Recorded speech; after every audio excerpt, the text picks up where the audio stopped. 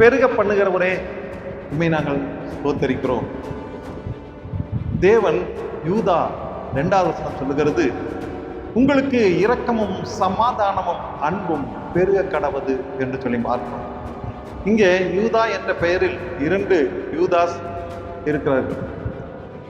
ஆசிரியர் யூதா, இவர் தன்னை இயேசு கிறிஸ்துவின் ஊழியக்காரன் என்று தன்னை அடையாளம் காட்டுகிறார். அதுபோல யூதாஸ் காரியோத் இருக்கிறார், அவர் இயேசு கிறிஸ்துவை காட்டி கொடுத்து போய்விட்டார். கர்த்தருடைய பிள்ளைகளுக்கும் தேவனுடைய இரக்கமும் கிருபையும் தேவைப்படுகிறது. நமக்கு தேவை தேவனுடைய கிருபையும் இரக்கமும் தேவை, சமாதானமும் தேவை. கிருபை இருந்தால் சமாதானம் இருக்கும், கிருபை இருந்தால் அன்பும் இருக்கும். சகோதர சிநேகத்தோடே நாம் தேடி சகோதரர்களோடு கூட ஐக்கியமாயிருக்க வேண்டும்.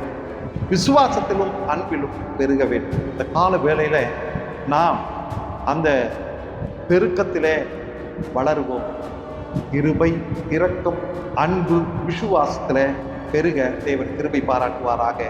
ஆமென். ஆமென்.